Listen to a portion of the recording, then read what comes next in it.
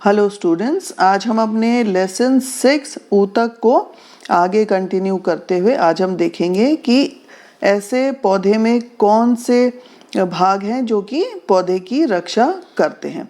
तो अगर हम देखें तो पौधे में जो पौधों की रक्षा करते हैं उनको हम संरक्षी ऊतक कहते हैं और वह पौधे की पूरी सतह को ढके रहते हैं और उनका मुख्य कार्य है पौधे की रक्षा करना। तो अब ये भी कैसे हैं, सरल ऊतक हैं और ये 3 प्रकार के हैं, एपिडर्मिस, स्टोमेटा और कॉर्क। अब एपिडर्मिस जो है वो भाग कहाँ होता है? सभी फूल, तने और जड़ के बाहरी सतह की जो कोशिकाएं हैं वह एपिडर्मिस की होती हैं और इसे हम क्या कह रहे हैं? एपिडर्मिस। और ये कोशिकाएं कैसी हैं? चपटी हैं और पौधे के जो बाहरी भाग पर जल प्रतिरोध परत बनाती है उसको हम क्यूटिकल कहते हैं। और मरुस्थली जो पौधे होते हैं यानी कि मरुस्थल में जो पौधे रहते हैं उनके पौधों के ऊपर एक मोम जैसा जल रोधी पदार्थ है जो क्यूटिन कहलाता है और पौधे से जल की हानि को रोकता है और परजीवी कवक से रक्षा करता है। एपिडर्मिस की क्यूटिकल वाष्पोत्सर्जन की प्रक्रिया को भी कम करती है और जड़ों में भी जो एपिडर्मिस की कोशिकाएं हैं वह पानी सोखती हैं और इस कार्य के लिए उसमें बालों जैसे प्रवर्ध होते हैं जो कि उसके सरफेस एरिया को बढ़ाते हैं। अब स्टोमेटा क्या है कि पत्ती की एपिडर्मिस में छोटे छोटे छिद्र होते हैं जिन्हें हम स्टोमेटा या रंध्र कहलाते हैं और जैसा कि आप चित्र में भी देख रहे हैं ये वृक्क के आकार के होते हैं और इनको जो कोशिकाएं घेरे रहती हैं उनको हम रक्षा कोशिकाएं कहते हैं।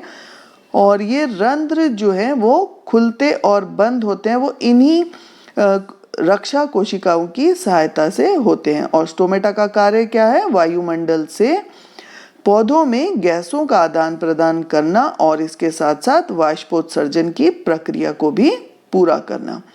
उसके पश्चात है कॉर्क, जो कि पौधे लगातार वृद्धि कर रहे होते हैं जैसा हमें पता है, तो इनकी जड़ और तने में जो एपिडर्मिस मौजूद है जो एक दूसरे के ऊतक हैं वो किस में बदल जाते हैं? कॉर्क में बदल जाते हैं और पौधे पर बहुत सी परत वाली छाल का निर्माण करते हैं। अब कॉर्क की कोशिकाओं के बीच में एक रसायन होता है जिसको हम सुबेरिन कह रहे हैं और उसके जमाव के कारण कोशिकाओं की भित्ति कैसी हो जाती है? मोटी हो जाती है और ये सुबेरिन जो है इन छालों को हवा और पानी के लिए अभेद करता है। तो ये आज का हमारा टॉपिक रहा। अब पहला प्रश्न हमारा है संरक्षी ऊतक किसे कहते हैं और यह पौधे में कहाँ पाया जाता है?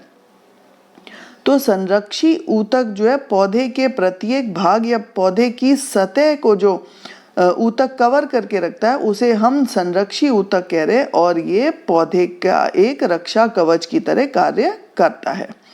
सेकंड प्रश्न हमारा है एपिडर्मिस का कार्य बताइए। जैसा कि अभी हमने प्रारंभ में भी देखा कि एपिडर्मिस क्या कर रहा है? पौधे को सुरक्षा प्रदान कर रहा है और एपिडर्मिस की जो क्यूटिकल है वो वाष्पोत्सर्जन को रोकती है और पौधे को झुलसने से बचाती है। इसके साथ साथ स्टोमेटा के द्वारा गैसों का आदान प्रदान होता है।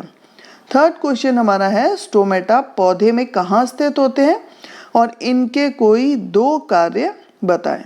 अभी जैसे हमने देखा कि पौधे में स्टोमेटा जो है पत्तियों की सतह के ऊपर या एपिडर्मिस में जो छोटे छोटे छिद्र होते हैं जिन्हें हम स्टोमेटा कहते हैं और ये वृक्क के आकार के होते हैं और रक्षा कोशिकाओं द्वारा घिरे रहते हैं। और 2 कार्य क्या है कि स्टोमेटा जो है वायुमंडल से पौधे में गैसों का आदान प्रदान करती है और दूसरा है वाष्पोत्सर्जन की प्रक्रिया को भी संपन्न करती है।